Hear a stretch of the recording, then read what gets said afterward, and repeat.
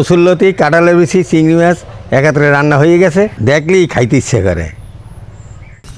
আসসালামু আলাইকুম দর্শক, কচুরলতি তুলতে আসি। কচুরলতি, কাঁঠালের বিচি আর চিংড়ি মাছ দিয়ে আজকে একটা স্পেশাল রান্না করব। এই যে দেখেন দর্শক, অনেকগুলো কচু।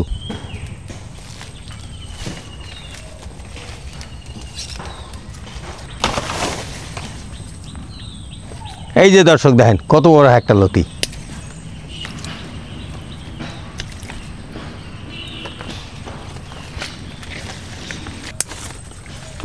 দর্শক লতি তোলা হয়ে গেছে, আর বেশি লাগবে না, অনেকগুলো লতি তুলছি।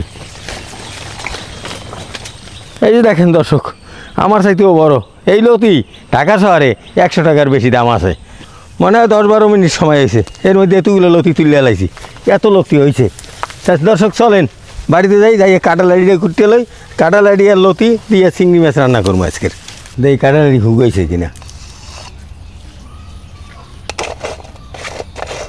হ্যাঁ, কাঁঠালাড়ি হুগাই গেছে। বৌমায় কাঁঠালাড়ি করতে আছে, আমি লতিটা কুটতেলাম।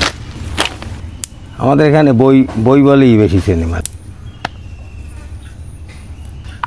কচুরলতি, কাঁঠালের বিচি আর চিংড়ি মাছ ধোয়া করা শেষ, এখন রান্না করবো। চুলায় কড়াই দিলাম, তেল, পেঁয়াজ রসুন বাটা, হলুদ মরিচের গুঁড়া, স্বাদ মতো লবণ, মশলা কষানো হয়েছে। চিংড়ি মাছটা দিয়ে দেব।